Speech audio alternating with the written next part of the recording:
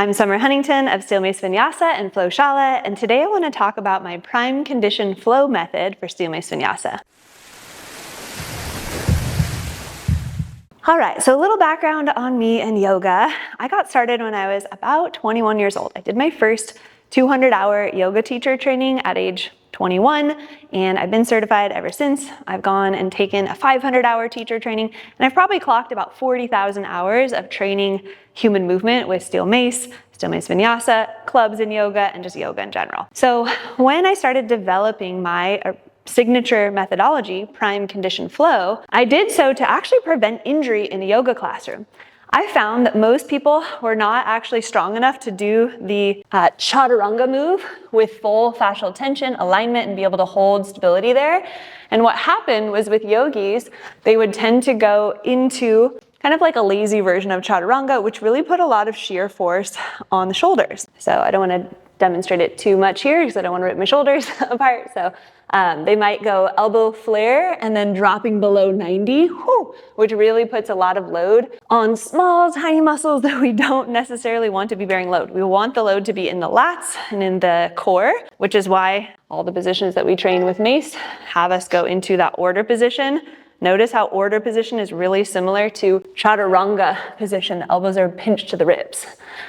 So I first set out to create just a little conditioning, like sport-specific conditioning circuit, if you will, for yoga athletes so that they wouldn't get injured. And I started with maybe like 15 exercises, and I didn't even have categories for them at the time. I just was like, all right, this is a yoga transition. Let's add load and let's see what happens. Now, fast forward, that was in 2011.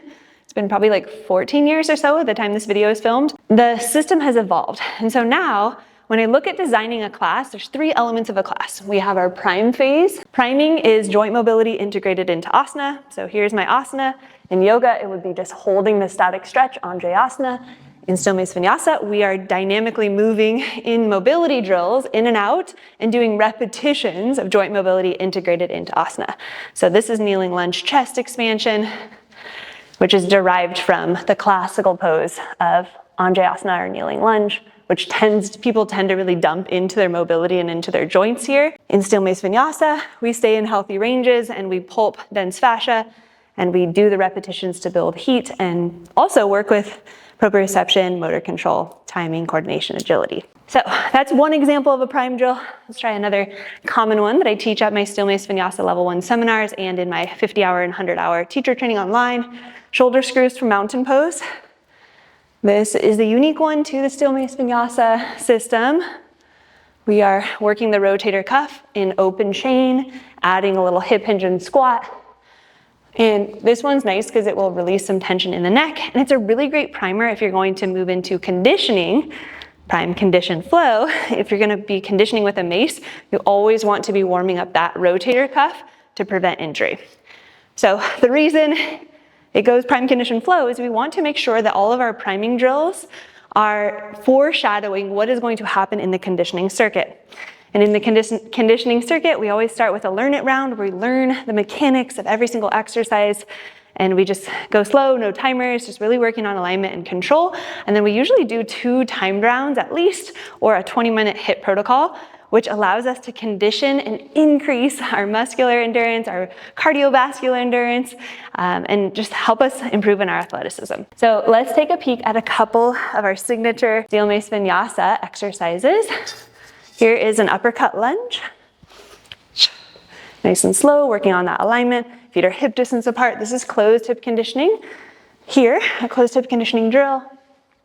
I like pairing my closed hip conditioning with things like balance as a secondary focus. So this is my 4-corner balance drill.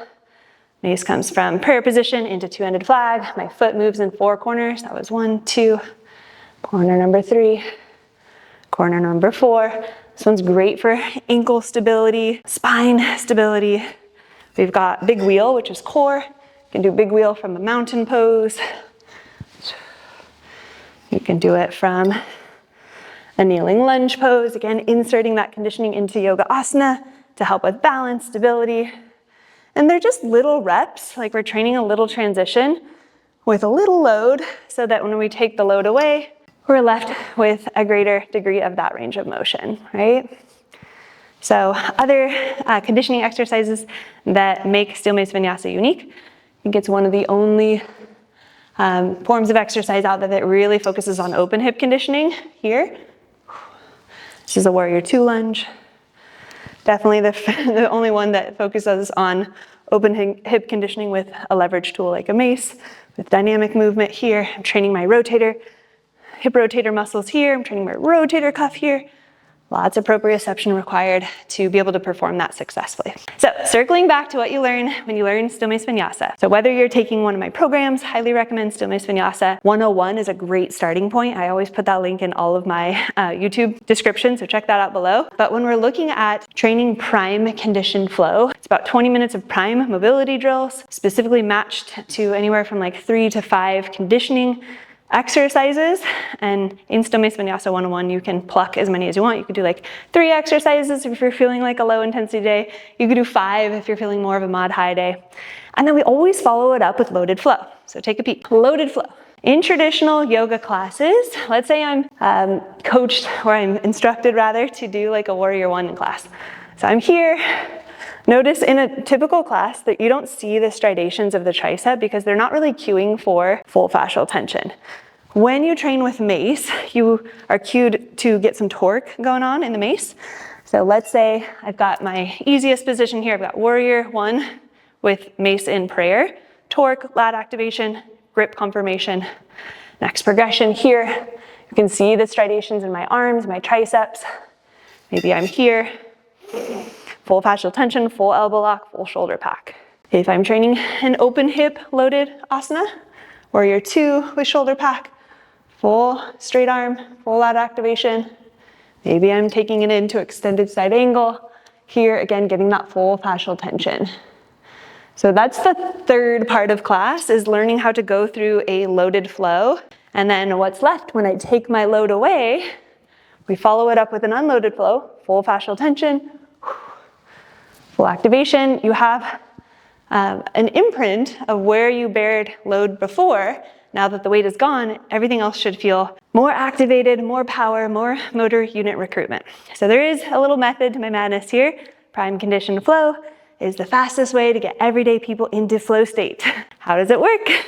Because it's intelligently programmed design to start with the middle and work outwards. So I always start with conditioning. I build my little conditioning circuit with a primary and secondary focus. I add on my priming drills, add on my loaded flow that complement it. Everything goes together and everything makes sense. It's not training randomly, a bunch of yoga poses smashed together without kinesiology in mind. Instead, it's looking at prime conditioned flow, and in that space between the last conditioning round and then getting into that loaded flow round in a 60-minute class, that's when people get into flow state. So I love to geek out on this stuff. I'll be teaching some seminars. My team will be teaching some seminars. We'll be leading a retreat in Costa Rica this New Year's, another retreat in Bali, April 2026. All of the events are on the Shala workshops tab. If you want to get certified, you want to study with me in my 50-hour or my 100-hour, those are running all year round.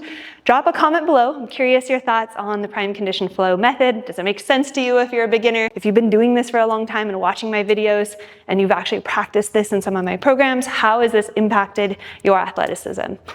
Drop a comment below, and I can't wait to see you at the next training event or in the next program.